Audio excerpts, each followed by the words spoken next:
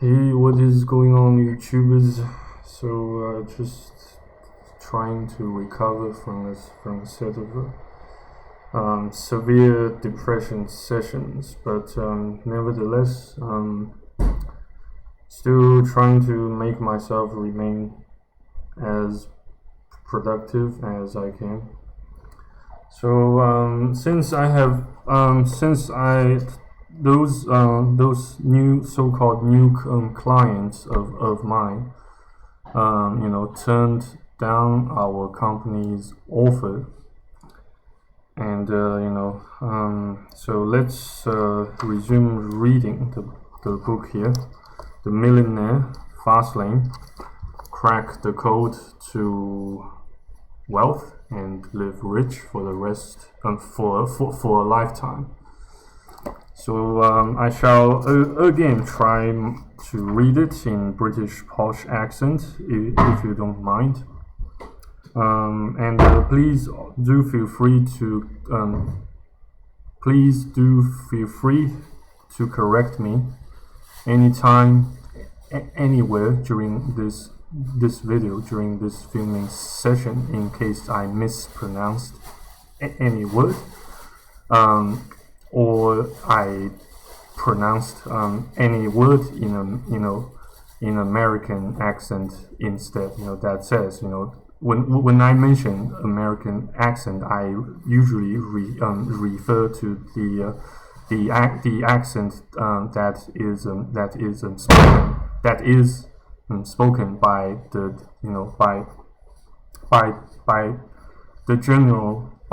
general populace of Midwest, of America, such as people currently residing in Chicago, and in the western coast of the United States of America. So which I suppose that was the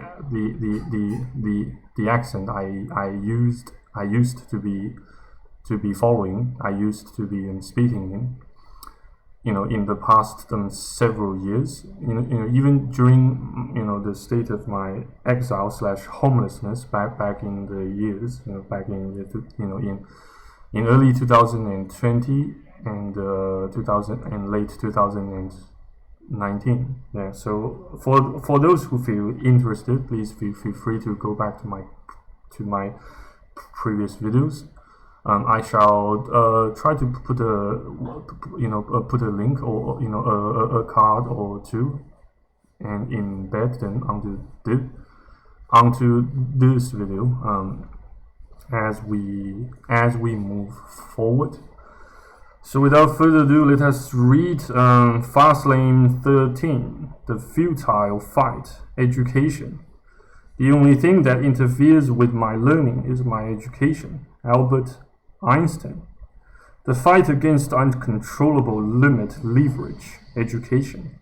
The slow laner's natural reaction to the uncontrollable limited leverage, ULL, inherent in their wealth equation, is to wage war with intrinsic value by deploying the education weapon. Since ULL defines the slow lane, the slow laner rationalizes that the only variable worthy of escalation is their rate of pay. I need to make 6 figures. I need to make more money. So predictably, they go back to school and get an MBA or some certification.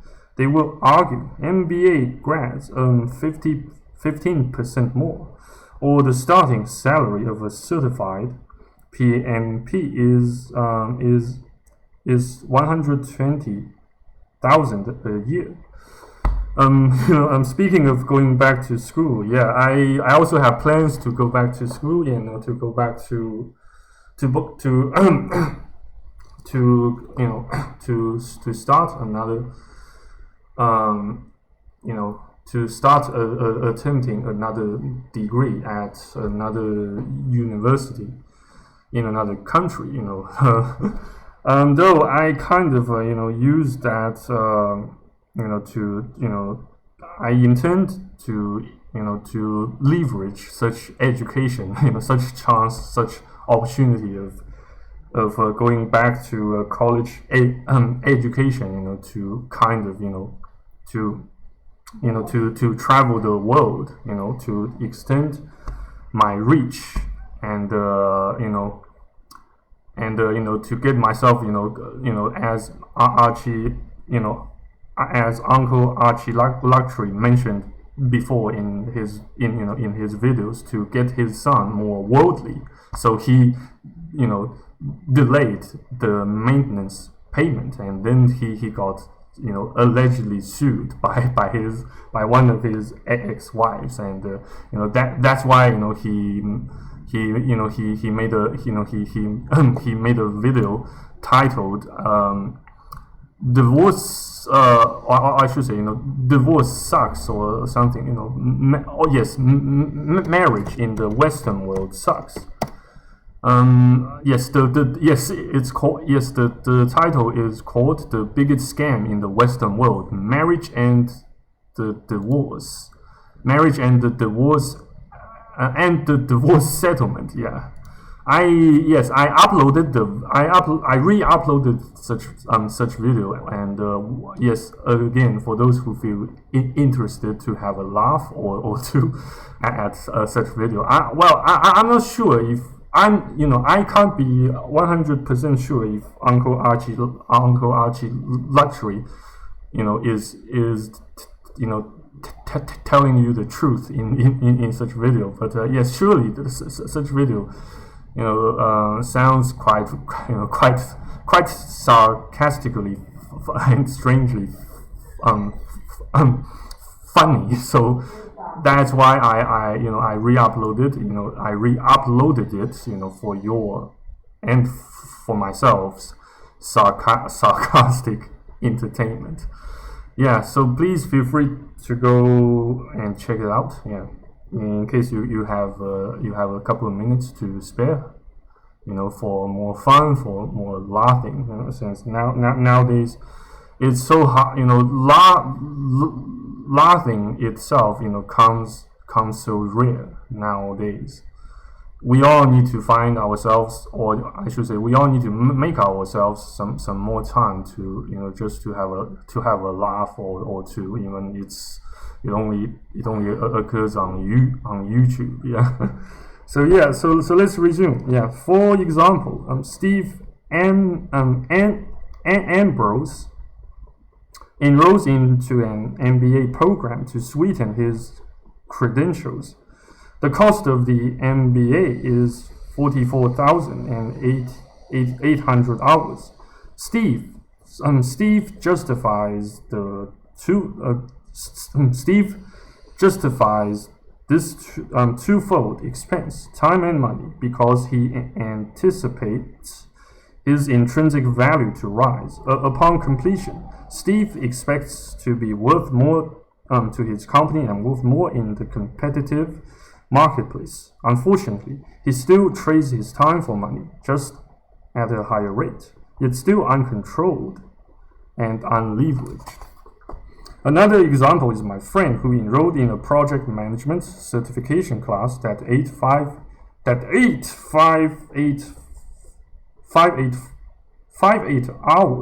Saturdays from her life and cost $2,700.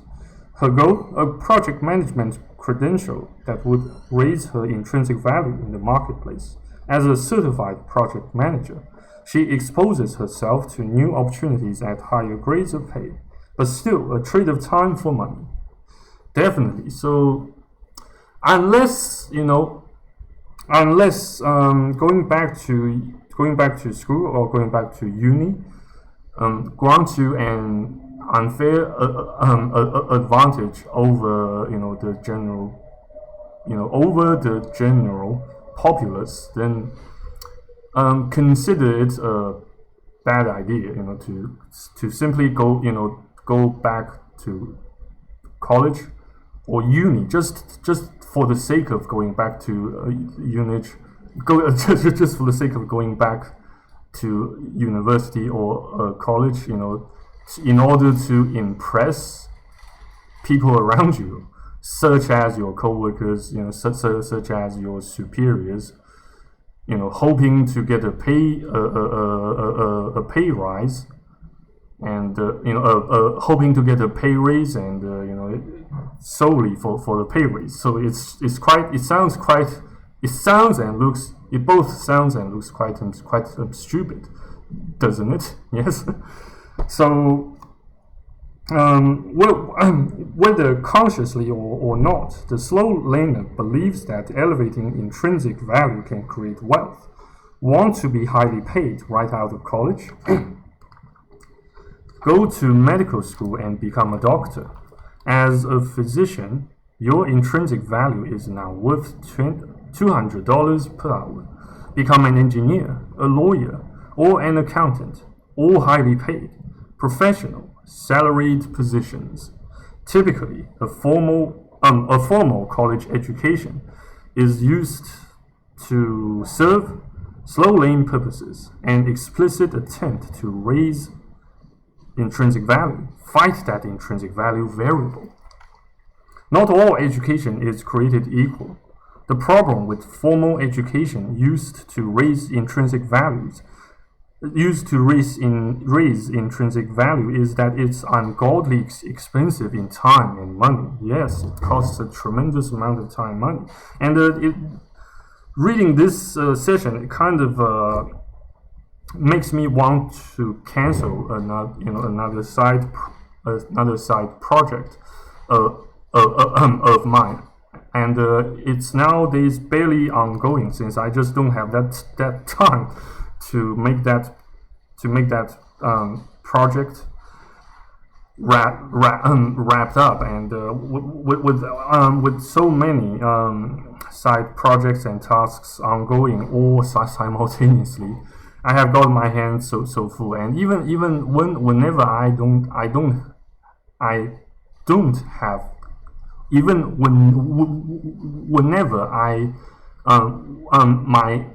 my hands are not full, I just feel so drained, so burned out, so too burned out, and so too drained, to even want to resume attempting to wrap my side projects all up, due to exhaustion and burning out. So yes, time matters a lot more than money, as well as we can see. No matter how much money you make, you can never use the money you manage to make, to trade for the time you lost, for the time you wasted. Yes. So try to ponder, try to weigh out both the pros and cons, the downsides and the upsides of going back to college or a university. So but it is still up to you. It's not up to me to make such an important life decision, on your behalf. Yes, you have to make such decision on your own, especially if you are a man.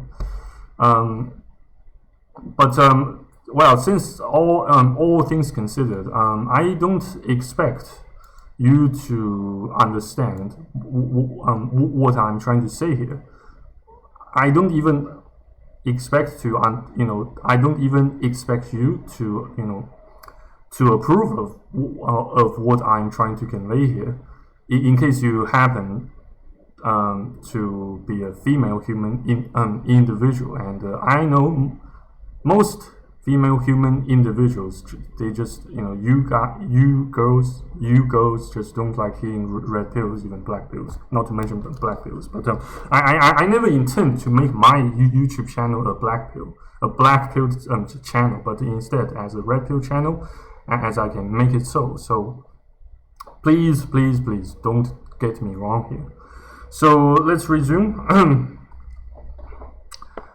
Not a week goes by when I don't hear about some freshly minted MBA graduate who struggles to pay his student loans while working amid great job he could have gotten out of high school.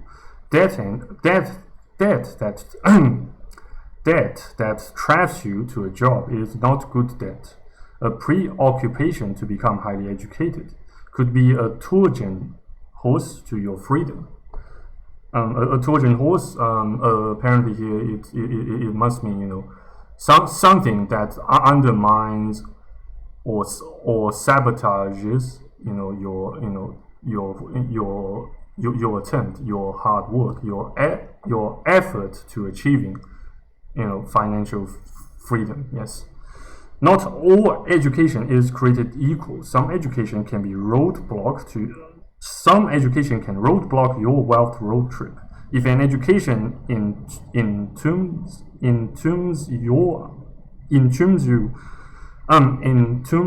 you under a mountain of debt and shackles you to a job for the rest of your life, is it really a good education? If an MBA increases your salary by 15% but takes 15 years to pay, was it a good investment? It's a great myth. To get rich, you need an expensive college degree. Hogwash. A degree isn't a prerequisite to fastlane wealth. Some of the richest fastlaners are people who never finished either high school or college. Bill Gates, Steve Spielberg. I'm not sure if I have pronounced the names here correctly, so please feel free to correct me in case I got it wrong. Yeah, and Richard Branson. Yes, I suppose that reminds me of the guy who actually dressed as a cabin attendant in order to honor a promise or a bet he lost to an acquaintance or a business partner or contact of his and whatnot, blah blah blah. But I don't quite remember the details, so I beg your pardon. And Michael Dell, yes, that should be the person who founded, yes, Dell Computers. Yeah. Felix Dennis, David Geffen, and John Paul de Joria, and all dropped out of school to pursue fastlane objectives. How dare they get rich and not be educated? Slow lane entrapment. Financing expensive college tuition for an education is a dangerous game that can lead to slow lane entrapment, conformity, and education servitude. Conformity, and education servitude. A typical collegiate. Sorry, I just don't know how to pronounce this word here. Is that CLLEGIAT?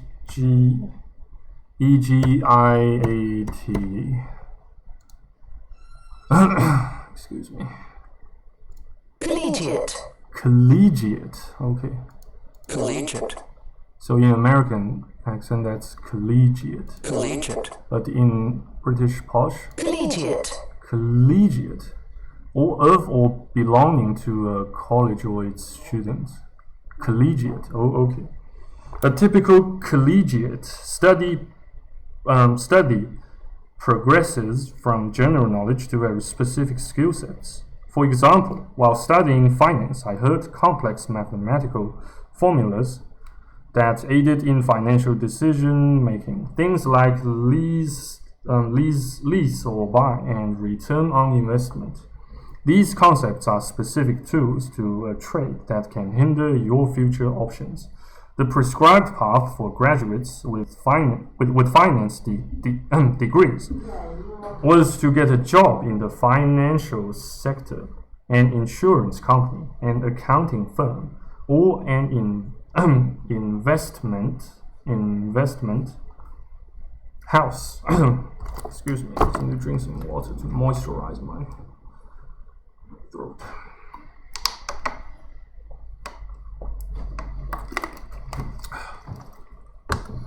So it's I do nowadays realize that my throat can easily get demoisturized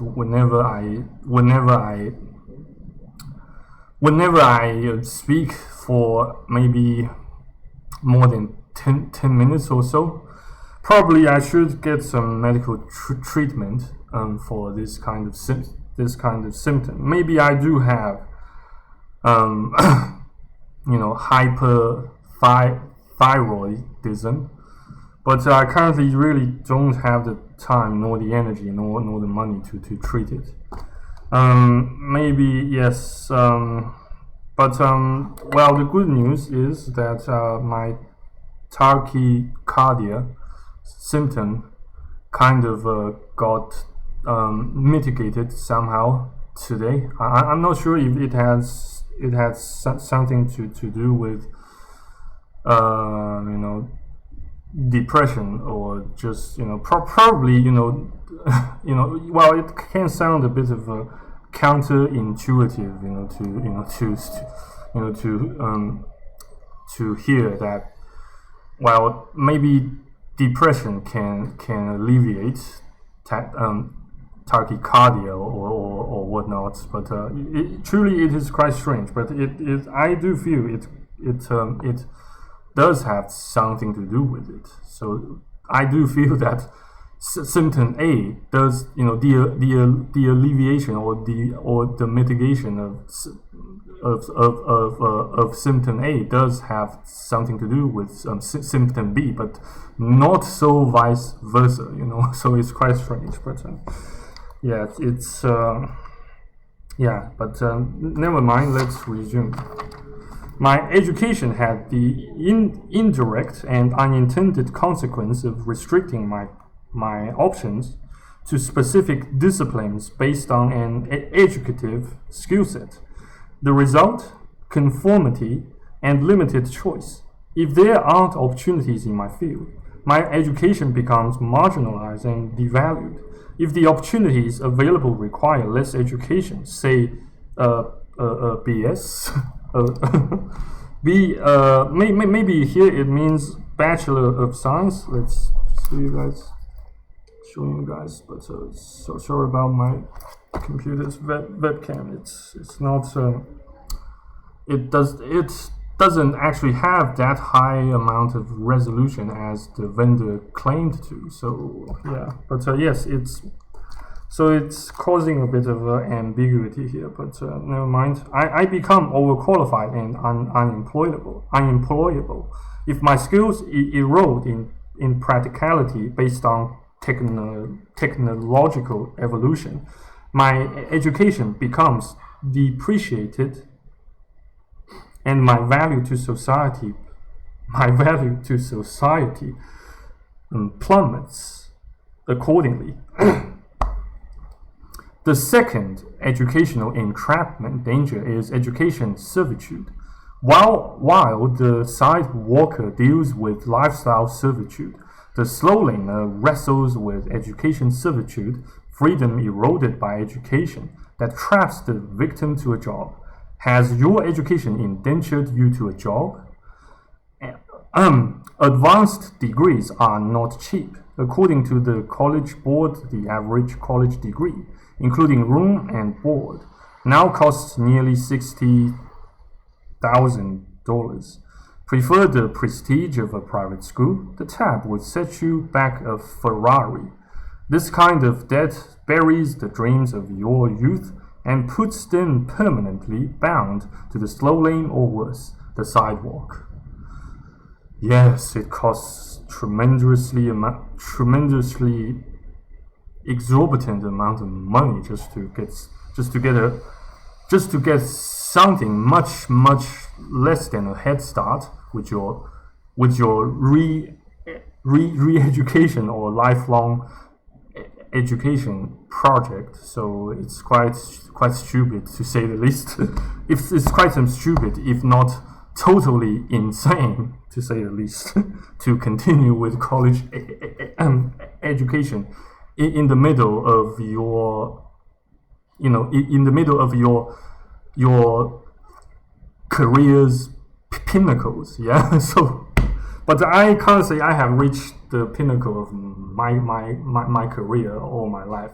But on the contrary, it's I do fear that I am already beginning to hit my walls.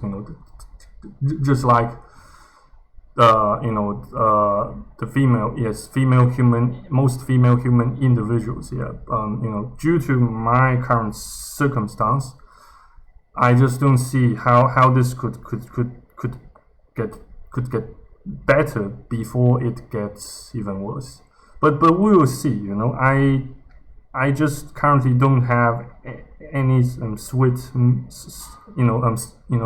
just currently don't have any swift or, relatively speaking, painless method to self-terminate. So yeah, we'll see. So let's resume reading this chapter. Consider the statistics. Consider the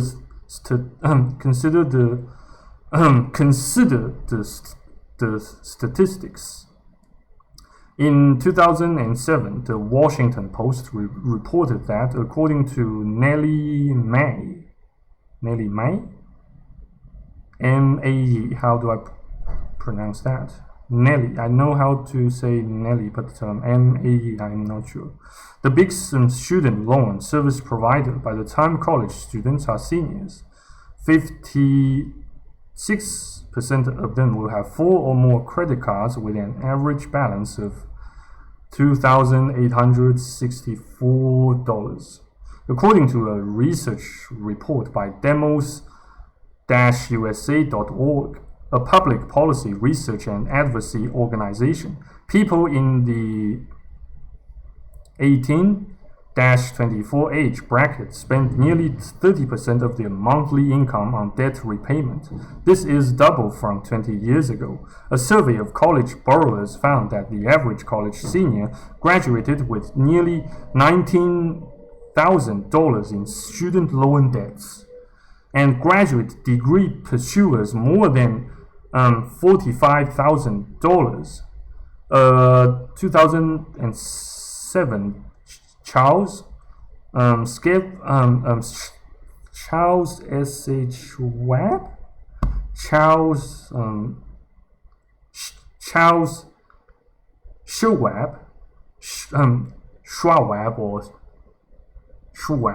not sure. Maybe this name is not English, so excuse me. Charles Schwab survey revealed that teenagers believe when they get older they will earn an average salary of $145,000. The reality: adults with a college degree earned an average of $54,000. That's quite sad. Yeah. Unfortunately, the future isn't so bright that you have to wear shades.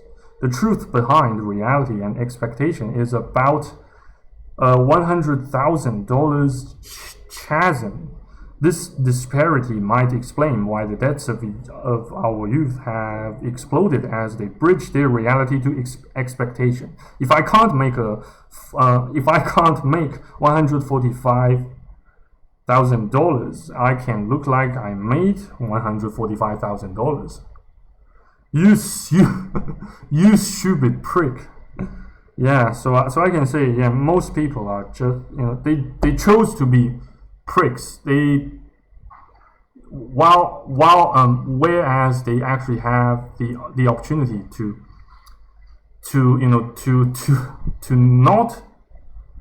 not become pricks or morons, or But yes, there is still an evolutionary difference, between a prick and and a stupid person. For instance, I do consider myself a stupid person, pretty much all the time. But yes, I do kind of consciously, choose to perceive myself as someone quite stupid. Reason number one: I have to learn the same thing over and over and over and over and over in order to truly have a fundamental grasp on it. Even this book, I have to read it. I have to listen to the audiobook version over and over while I take a dump, before I kind of go to sleep, while I do some other work, while I attempt to multitask and so on and so forth. So I probably, if you do feel quite stupid about yourself, then the best method for you to prosper, for you to thrive, is to learn through repetition, through countless of repetitions, until you can't get any more familiarized with the skill or the skill set that you keep learning, that you keep repeating to learn, that you keep trying so hard for yourself to assimilate, to absorb. That's basically my own method. But I'm sure there are plenty of you guys out there who are just much brighter than I am, can learn, who can learn things so fast and so efficiently, without even taking a single deep breath or deep fart. So we'll see. The best excuse people have for not having wealth is, I don't have time. Well, why don't you have time? Because you have a job. Why don't you have a job? Because you need one. Why do you need one? Because you have bills to pay. Why do you have bills to pay? Because you have debt. Why do you have debt? Oh yes, because you went to school for 6 years and have 6 figures in student loans. How stupid the system is! But surely the people who designed the system is not stupid. If you financed your advanced education with debt, the debt automatically becomes parasitic.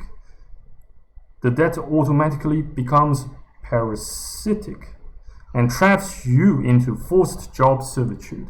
And that destroys freedom. While you might earn more, work is forced to stave off the debt. The debt is parasitic because it fails to free time and instead creates indentured time.